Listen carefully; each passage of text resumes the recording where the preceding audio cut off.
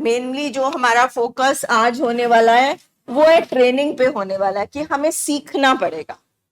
जैसे अगर हमारे पेशेंट की हड्डी वड्डी टूट जाए, उसको प्लास्टर लग जाए, तो हमें डॉक्टर हिदायतें देगा, इसको मूवमेंट नहीं कराना, इसको बेड रेस्ट कराना, इसको ऐसे उठाना, इसको ऐसे चलाना।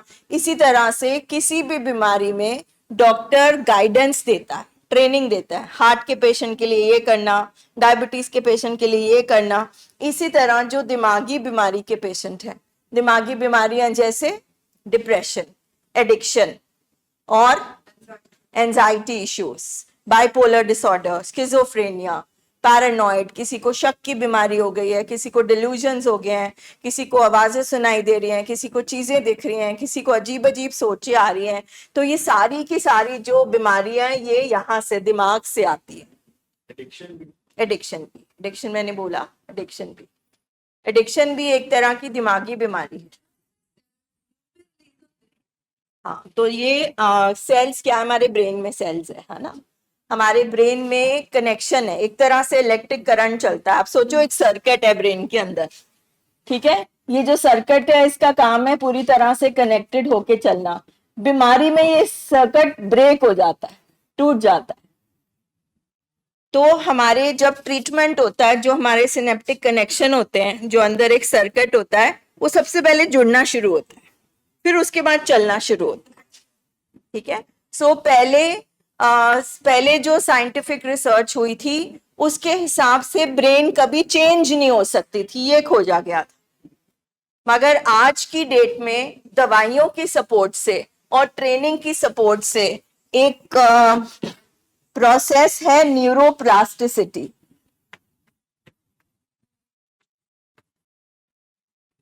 इसका मतलब है हमारे ब्रेन के सेल नए बन सकते हैं, यानी कि हमारी सोचें बन सकती है दोबारा, हमारी ब्रेन की रीवायरिंग हो सकती है। हम जो बचपन से लेकर आज तक माइंडसेट था जिसने हमें बीमार किया, उसको हम रीप्रोग्राम कर सकते हैं ट्रेनिंग के जरिए, प्रैक्टिस के जरिए, ठीक है। मत हमारी बचपन से ट्रेनिंग से ही सीखी है ना, कर करके अब यहाँ पे रिकॉर्ड हो चुका है। सो बीमार दिमाग का मतलब कि हमारी जो सोचें हैं, जो हमारे मूड्स हैं, जो हमारा पेशेंट अंदर लेकर बैठा हुआ है, वो एक तरह से टॉक्सिक है। वो उसके अंदर दिमागी बीमारी पैदा करता है, उसको नशे की तरफ लेकर जाता है, उसको डिप्रेशन की तरफ लेकर जाता है। तो अगर हम ट्रीटमेंट करेंगे, ट्रेनिंग करेंगे, थेरेपी होगी, काउंसलिंग होगी, of course after psychological assessment. जब आप यहाँ पर आते हैं तो हिस्ट्री टेकिंग होती है कि फैमिली में कौन कौन है, फैमिली में कोई और तो नहीं पॉजिटिव है, किसी को एडिक्शन की बीमारी थी, डिप्रेशन की थी, बचपन कैसा रहा, क्या क्या सिम्टम्स आए, सब कुछ हुआ, ठीक है।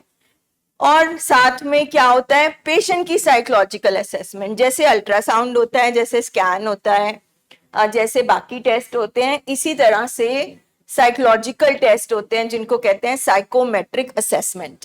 ये स्केल्स होते हैं, ये इस तरह के टेस्ट बने हुए हैं पूरी दुनिया में, जिससे पता चल जाता है पेशेंट डिप्रेशन में तो नहीं है, पेशेंट को बाइपोलर डिसऑर्डर तो नहीं है, पेशेंट को एंजाइटी डिसऑर्डर तो नहीं है, उससे पता चल जाता है, ठीक है।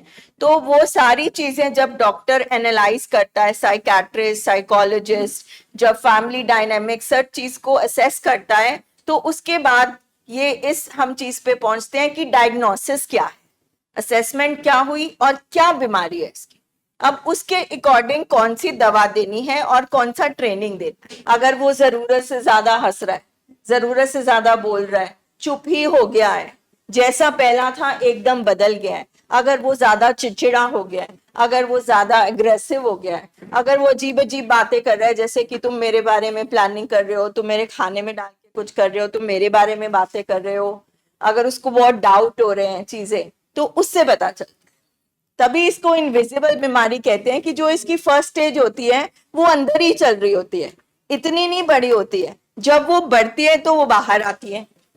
अब एक पेशेंट कैसे पता चलेगा कि उसके अंदर क्या चल रहा है, उसकी हरकत से।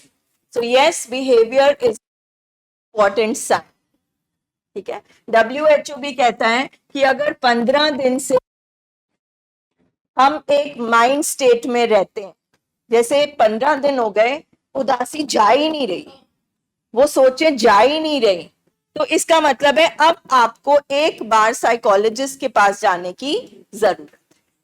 ठीक है, मेरा दांत 1 दिन 2 दिन 3 दिन, अब जब बहुत ज्यादा हो गया इसका मतलब अब मुझे डेंटिस्ट के पास जाने की जरूरत।